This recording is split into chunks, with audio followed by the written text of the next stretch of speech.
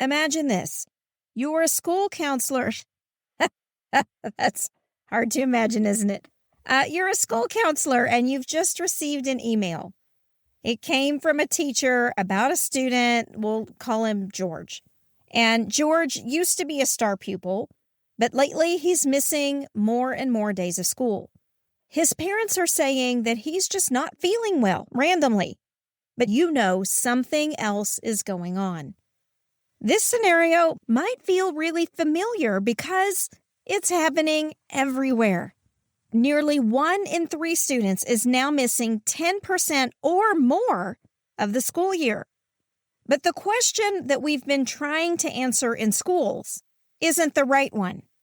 We've been asking, how do we make them come to school? When really what we should be asking is, why don't they want to?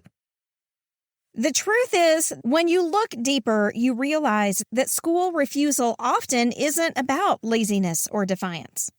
It's a signal or an alarm that something underneath the surface isn't working. And it's up to us to figure out what that is. Stick with me. Hey, school counselor, welcome back. Today we're tackling one of the biggest challenges you're probably facing on your campus, kids who won't come to school. But instead of more attendance letters and consequence charts, we're going to look a little deeper. So if you're ready for some straight talk, my friend, some clarity on your work, and maybe a bit of rebellion, you're going to be in the right place.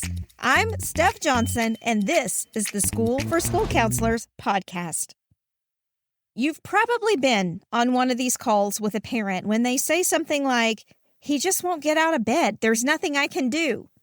Or a teacher is messaging you saying, they're out again and no one has called or messaged me to tell me why. You already know what's what. It's another case of school refusal.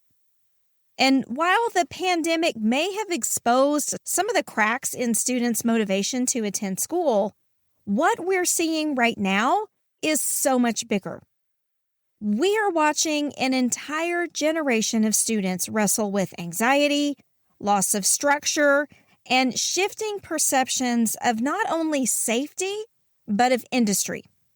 According to Maynard and Team 2023, chronic absenteeism has doubled since 2019, with nearly 1/3 of students missing 10% or more of the year. But research also shows that school refusal is actually most often a behavioral manifestation of anxiety, fear, or safety perceptions, and isn't oppositional at all. So instead of asking, how do we make kids attend school? We should be asking, why don't they feel like they can? And here's where so many schools are getting it wrong.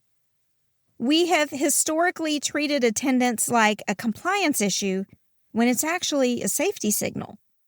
When students stop showing up, they're not being defiant per se, they're communicating danger. And our job as school counselors isn't to enforce attendance, it's to decode it. And if we're going to decode it, we need a good framework. Lucky for us, Kearney and Silverman, 1999, actually identified 4 main drivers behind school avoidance. And that model has been confirmed over and over again in decades of research since it was published. The 4 main drivers of school avoidance are avoiding uncomfortable emotions like anxiety, dread, or shame, escaping evaluation or social judgment, seeking connection or attention, and accessing rewards outside of school. Most cases of chronic absenteeism are a blend, but even in the blends, there's usually one factor that's driving the bus. And once you know which one you're dealing with, the plan changes entirely. Now, what I'm about to share next isn't theory. It's actually what's working in schools right now. These are real strategies pulled from not only the research, but from the case consultations inside our School for School Counselors Mastermind, where school counselors test ideas and share what's actually holding up in the real world. So as you listen, think about which part of this hits closest to home for you, because that's where you're going to be able to jump in with a solution tomorrow. Let's start with the most common roadblock first. Students avoiding feelings like anxiety, dread, or shame. Now, we're often told that we need to be extra gentle with these students, that we should remove triggers, maybe think about shortening the day or lightening the workload somehow. But every time we do, we accidentally reinforce the fear. Avoidance feeds anxiety. And our job isn't to protect kids from being uncomfortable. Our job is to help master those feelings. So what do? We build bravery. And we can do it in several ways. We can use cognitive behavioral micro techniques, like name and reframe. What's the thought that's keeping you from coming to school? And what's a more true thought that we could try? We could give students a worry window. 2 minutes of airtime for all the anxieties, then we shift the focus on how to be successful at school. Those are going to help students build bravery and a sense of competence instead of running away. We could also use questions from solution-focused brief therapy. And if you're a podcast listener from way back, you'll remember episode 63. It was called What School Counselors May Not Realize About Solution-Focused Counseling. It was a really good primer on how to get started in solution-focused techniques. But in this approach, we would ask kids things like, tell me about a day when you did want to come to school. What was different? Or you're a 3 out of 10 for wanting to be at school today. How could we bump it up to a 4? Now, to be clear, solution-focused counseling isn't as simple as just asking these isolated questions, but they will get you started off on the right foot. Collaborative problem solving developed by Ross Greene. You may recognize his name from things like Lost at School or The Explosive Child. And I talked about his approach in episode 88. It was called Empathy in Action, using collaborative problem solving in school counseling. We would say something like, I'm noticing mornings are really hard for you, but the school still needs you here. Let's find something that works for both of us. In any of these approaches, we're not teaching comfort. We're teaching courage. We're teaching kids that they can overcome those barriers and that they are capable. And at the end of the day, that's going to go a whole lot further than minimizing expectations. Now, our second group of students are the students who aren't afraid of school. They're just afraid of being seen in it. They fear failure. They fear peer scrutiny. They don't want to be seen as anything less than, right? So when we pull them from oral presentations or we give them some similar accommodation, it might feel like we're being kind, but really what we're doing is keeping them trapped. They don't need a rescue operation. They need proof that they can succeed.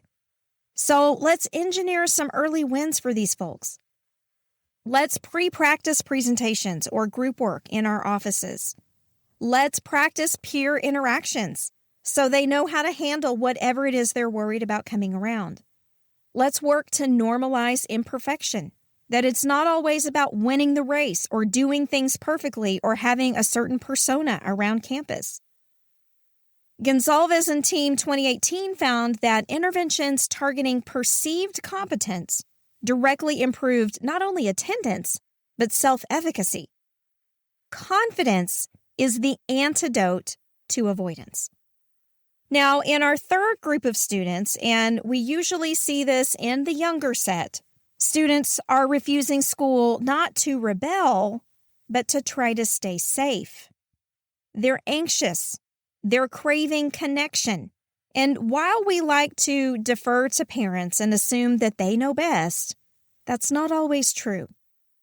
Because when a parent's anxiety is driving these decisions, it's often serving to deepen the child's fear. So we've got to shift security to the school. We need to provide warm personal greetings, even if these students are late. We need to welcome them by name, and we need to remind them how excited we are that they got there, regardless of how late they show up. We can give them some meaningful roles on campus. Perhaps they're a greeter, a helper.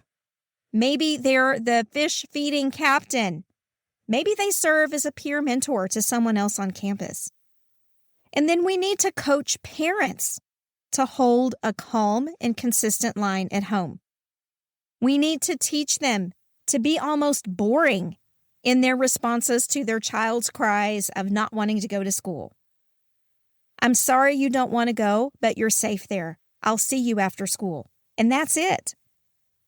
Now, that sounds easy on the surface, but I can tell you there have been so many parents who have experienced extreme difficulty with holding that line, right? Because they had other issues at play too that were preventing them from being so matter of fact. So we've got to coach them. And sometimes we have to encourage them more than we have to encourage their children. We can also help set some boundaries. We can create attendance contracts with parents. We can define criteria for staying home, fevers, vomiting, things like that. Other than that, you need to be at school. And we can provide immediate check-ins when students are absent. Research shows that immediate person-to-person contact goes a long way in mitigating attendance concerns. Your power as a school counselor here is coordination. You can keep the tone compassionate but firm and encourage the parents toward the best outcome. And then our fourth group of students are the ones who find home more rewarding than school. We tell ourselves that these kids just need more motivation, right? But that is not the issue. When staying home feels better to a child, the environment itself is reinforcing the avoidance. That makes things precarious for us. We have to work with parents to keep students' days neutral. No gaming, no tablets, no fun, no extra freedom. That in itself is a huge battle, right? If you've been in it, you know what I mean. But we have to consistently communicate this with parents, even when it feels like we're shouting into the void. We also need to make attendance matter to students at school, where they get choices within their school day. They see the relevance of what they're learning or the relevance of the content to their goals, and they receive recognition for being there. For older students, we can use things like motivational interviewing, where we talk about what do you want 5 years from now? And how could showing up to school help you get there? And then we could go from there into what's one small step that you could try this week to get you going in the right direction. With younger students, we have to have a keen eye towards structure with fun. So predictable routines with small rewards, social skills groups with daily adult connection, visual schedules with privileges around campus. The goal is not punishing the kid for not having been at school consistently. It's to make school the place where their life feels like it gets bigger. And when they feel like their life is getting bigger, they're going to want to be there. Now, I'm going to be real with you, and I'm going to pause for a minute because I think I know what you might be thinking right now. You're thinking, okay, Steph, that all makes sense for kids who are anxious or families that are struggling. But what about the ones who just don't stinking care? Those are the students whose parents just say, I don't know what you want me to do about it when you call their house. Or we can't make him go. Or the students that just shrug when you say, why weren't you here yesterday? We missed you. These are the students and families who've decided that school just isn't worth it. And it's very tempting to believe that these students or families just don't value education. But we need to reframe this a little bit. because apathy is rarely about values. Apathy is usually about power. When students or parents say, "I don't care," what they often mean is, "I don't feel like it matters." They've tried, they've failed, or they've been dismissed so many times that disengagement becomes a form of self-protection. So what do we do when students or parents have completely disengaged? We have to rebuild agency, not obedience. We reconnect before we redirect, starting with curiosity instead of demands.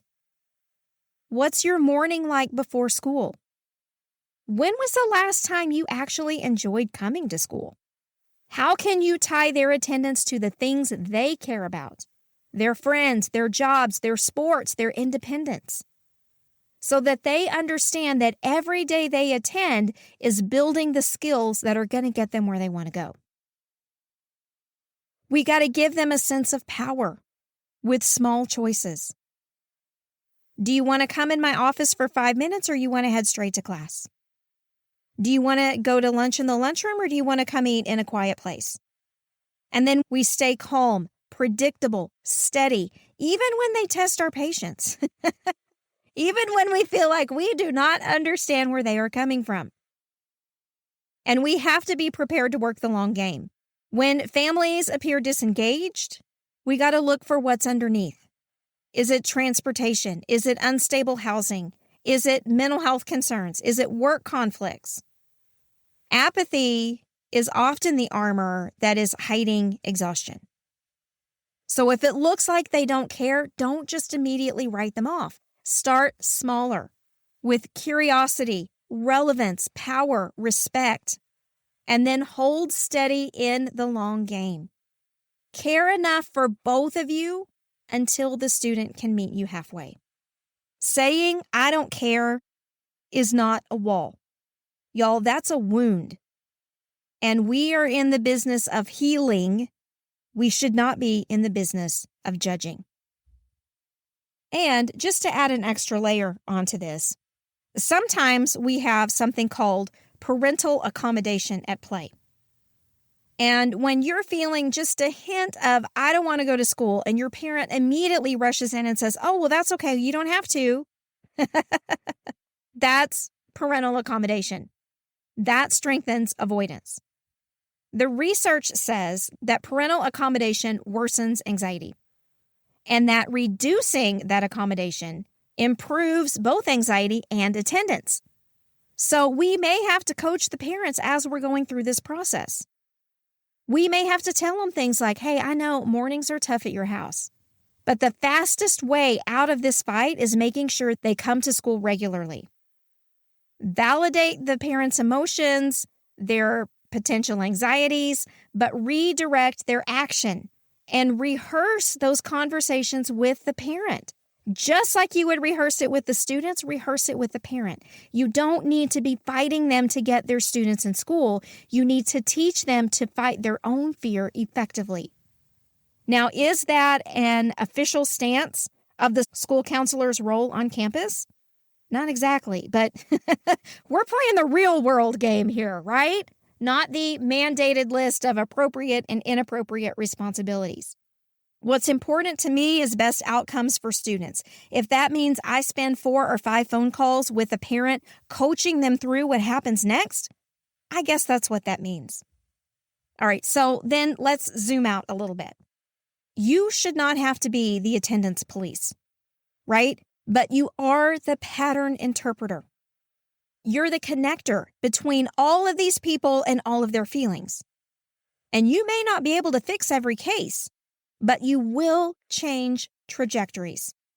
And you can do that one plan, one parent, and one brave student at a time.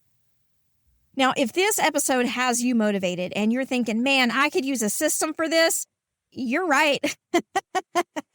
And that's what we build inside the School for School Counselors Mastermind. Every week, we take challenges just like this one, and we collaborate on them to determine best outcomes. And we also often create concrete playbooks that you can use for step-by-step implementation of what the research and real life actually say works. You'll get coaching, community, and the accountability that makes your professional growth sustainable without making you feel overwhelmed. Now, if you've been considering joining us, I'm going to give you a little bonus as a podcast listener because I know this time of year is so tough and I want you to feel supported. So when you go to sign up for the mastermind at schoolforschoolcounselors.com/mastermind, enter the code October25. All right? All one word, all caps, October25. And I'm going to have a special surprise for you to let you know that you've made the right decision. And I would love to work with you personally in a Zoom room. That would be a dream come true for me, and I hope you feel the same way. So head over to schoolforschoolcounselors.com/mastermind, enter October25, and see what I've got waiting for you. Hey, thanks for being here and for showing up for your students, even when they won't show up for themselves. Thank you for what you do. Thank you for continuing to show up each and every day for your students. And thank you for fighting for their futures. I will be back soon with another episode of the School for School Counselors podcast. Until then, take care. Hey, before you go, I want to tell you something. Every week when I sit down to record this podcast, it's usually very late on a Sunday night, right before the episode goes out on Monday morning. The house is quiet. I'm recording in my closet, actually, and I'm thinking about the school counselor out there who's exhausted, but still trying to do the right thing. When you leave a review or you hit follow on this podcast, it tells me that my late nights matter. It tells me that this work is reaching you. So if this episode helped you see your students or yourself a little differently, would you please take a second to tap follow or leave a quick review? That helps more school counselors find the show, and it keeps me here at this microphone fighting for the kind of school counseling that actually makes a difference and doing what I can to make your job feel a little less impossible. Have a great week, and thanks in advance for your follow and your review. You're the best.